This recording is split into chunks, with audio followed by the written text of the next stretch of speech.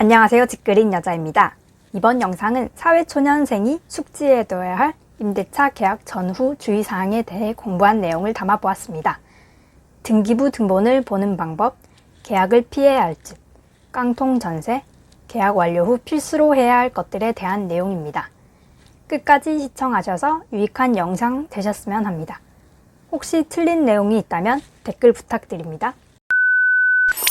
챕터 1. 거주할 집 찾기.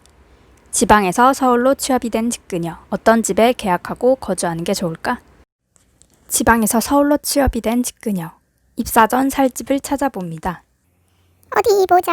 가성비 좋은 집이 어딨나.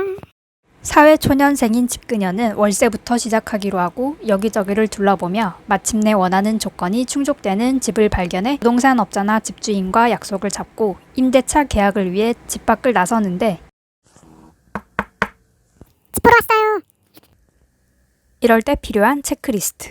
채광은 좋은지, 누수는 없는지, 방 곳곳에 곰팡이는 없는지, 파손된 물건은 없는지, 환기가 잘 되는지, 저당금 더하기 총 보증금의 합이 집값의 80% 이상인지, 공부 서류들의 내용이 일치하는지, 집을 내놓았을 때 잘 나갈 만한 집인지, 수압은 좋은지, 그 외 기타 본인의 조건에 맞는 리스트를 작성 체크해야 합니다. 방을 볼 때 체크리스트를 미리 만들어 가져가서 하자가 있는 부분을 체크해두면 계약 시 집주인에게 수리 요청 및 월세 흥정에 유리합니다. 참고로 계약 전에는 세가 잘 나가는 집을 얻어야 합니다. 전월세 경험이 없는 사회초년생이나 급하게 집을 얻어야 하는 사람의 경우 잘 나가지 않은 집을 구하게 되는 경우가 있는데 집주인에게 보증금을 돌려받지 못해 제때 이사를 나가지 못하는 경우가 종종 발생합니다. 집 주변의 편의시설, 교통시설들이 밀접해 있을수록 세가 잘 나가는 집으로 보면 됩니다. 챕터 2. 임대차 계약 전 확인사항. 등기부 등본, 건축물 대장 확인. 월세에 적용되는 1부, 1.5부, 2부. 여러 집들을 둘러본 직그녀는 가장 마음에 드는 여기 이 집을 보고 당장 임대차 계약이 하고 싶어졌어요. 이때 계약하기 전에 꼭 확인해야 할 공적 장부가 있는데요. 바로 등기부 등본과 건축물 대장입니다. 표제부는 집에 대한 기본 정보를 알 수 있도록 정리되어 있는데요. 면적, 층수, 주소 등이 담겨 있습니다. 갑구는 집의 소유 관계를 파악할 수 있는 부분인데요. 관리자 및 기타 사항 부분을 통해 현재 집주인이 누구인지를 알 수 있고 가장 아래에 기입된 사람을 현재 소유자로 보시면 됩니다. 을구의 경우 소유권 이외의 권리 사항을 표기한 부분으로 집을 담보로 진 빚이 얼마인지 확인 가능합니다. 권리자 및 기타 사항의 부분의 채권 재고액은 은행에서 돈을 빌려줄 때 저당 잡는 금액입니다. 만약 계약 시 보증금을 다른 세입자의 보증금과 합한 금액 플러스 빚이 집값의 80%가 넘으면 위험합니다. 그러므로 계약을 피해야 합니다. 을구의 빨간 줄이 그어진 부분은 해당 채무를 상환, 말소된 경우 그어집니다. 이때 집 계약 시 주의사항으로는 근저당권 말소된 점 확인 후 잔금 지급 전후 임대인이 신규 대출을 받는지 수시로 등본을 떼어 체크하고 문제가 없다면 계약을 완료하면 됩니다. 만약 근저당 부분이 채무가 남아있는 집이라면 채무와 전세금을 차감 후 집값의 80% 이내로 안전하게 계약을 해도 되는 집인지 살펴보아야 하는데요. 그 예를 들어보도록 하겠습니다. 1억 5천의 전셋집에 들어가게 될 경우 건물 시세가 2억, 근저당이 3억 6천인 경우 건물 시세의 80%인 1억 6천의 대출 원금을 빼고 남은 돈에서 전세금을 차감하게 되면 2천만 원이 되므로 위험한 전세 계약이 됩니다. 월세, 전세, 반전세 중 아직 계약 형태를 정하지 못한 직그녀는 부동산 중개업자와 임대인으로부터 이 집은 월세가 일부예요 라는 말을 듣게 되는데요. 여기서 1, 1.5, 2부란 월세가 일부일 때 부는 한 푼리의 푼의 잘못된 표현 방식인데 이를 백분율로 타내면 1%, 즉 월 1% 이율로 월세를 받는다는 뜻입니다. 고1 이후로 수학책 펼쳐본 적 없는 직그녀는 할푼리에 대한 개념이 없어 찾아보았는데요. 소수 첫째 자리를 할, 둘째는 푼, 셋째는 리인데 예시로는 8분의 7을 소수로 나타내면 0.875인데 이를 8할 7푼 5리 이렇게 읽어주면 됩니다. 1부, 1.5부, 2부에 대한 개념을 알았다면 월세 전환율에 대해 알아볼 건데요.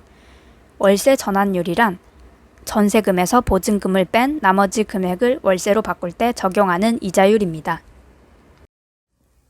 그 예시로는 전세금이 7천만 원인 집의 경우 보증금 3천만 원 플러스 나머지 4천만 원을 월세로 나갈 경우 1부는 4천만 원 곱하기 1%인 월 40만 원이 되고 1.5부는 4천만 원 곱하기 1.5%인 월 60만 원, 2부는 4천만 원 곱하기 2%인 월 80만 원이 됩니다.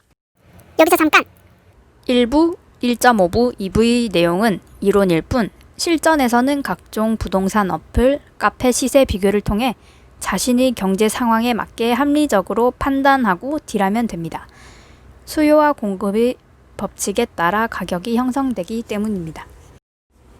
만약 반전세로 들어가게 될 경우 주택임대차보호법 제7조의 2에 따르면 전세보증금 중 일부를 월세로 전환하고자 할 때 전세보증금 10%나 기준금리 플러스 3.5% 중 낮은 비율을 곱하여 월세로 전환하도록 해야 합니다. 그 예시로는 전세보증금 1억 원 중 4천만 원은 그대로 보증금으로 하고 6천만 원을 월세로 전환하고자 한다면 6천만 원의 10%와 기준금리 플러스 3.5% 중 낮은 비율을 곱하여 월세로 전환하여야 합니다. 갭 투자가 증가하면서 깡통 전세의 피해자들이 늘고 있는데요. 이를 피하는 방법이 있습니다. 일단 깡통 전세의 정의부터 말씀드리면 집주인의 주택담보대출 금액과 전세금 합계가 집값에 육박하여 시장 침체기에 집값이 하락해 세입자가 전세금을 떼일 우려가 있는 주택입니다.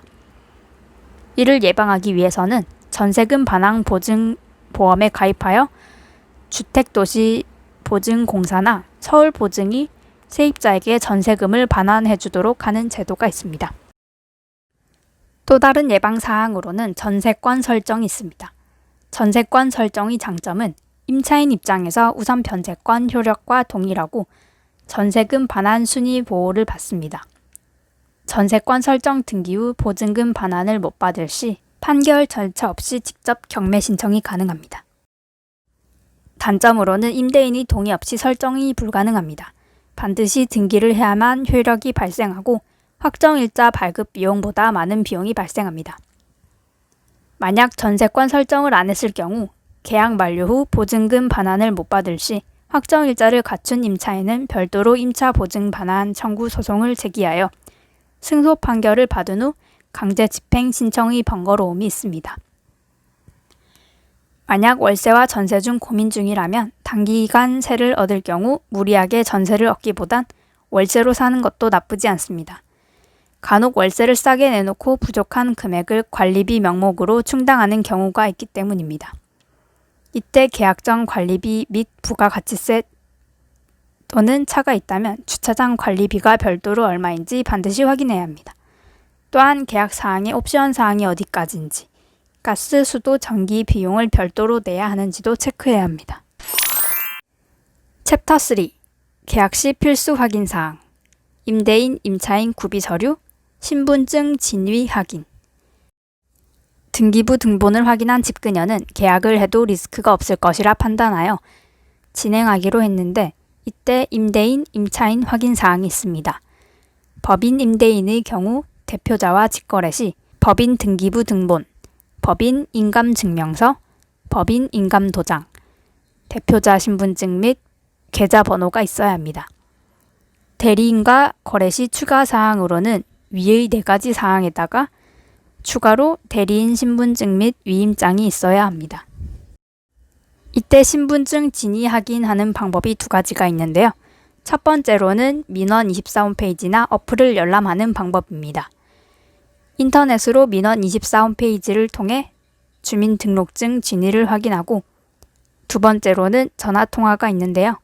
국번 없이 1382로 통화하여 음성 안내대로 주민번호 발급 일자를 입력해서 확인할 수 있습니다. 챕터 4. 계약 완료 당일 꼭 해야 할 일. 전입신고, 입주, 확정일자 받기. 전입신고와 확정일자의 발급은 동사무소와 인터넷을 통해 발급받을 수 있습니다. 동사무소의 경우 계약서와 신분증을 지참하여 관할 동사무소로 가서 발급받을 수 있고, 인터넷 발급은 계약서 스캔본을 준비해야 합니다. 전입신고의 경우 민원24 홈페이지를 통해 발급받고, 확정일자의 경우 인터넷 등기소 홈페이지를 통해 받을 수 있습니다. 이때 전입신고와 입주, 확정일자 발급을 하루 이틀이라도 미루게 될 시 확정일자 발급 전 임대인이 은행에 신규 대출을 받게 될 경우 세입자로서 대항력을 상실하게 됩니다. 이때 대항력이란 집이 경매에 넘어가더라도 세입자가 보증금을 다 받기 전까지 집을 비우지 않아도 될 권리입니다. 전입신고는 다음날 0시부터 발생하며, 만약 대항력을 갖추었을 경우엔 집이 경매로 몇 번 유찰되더라도 최종 낙찰자가 세입자 보증금을 부담해야 합니다.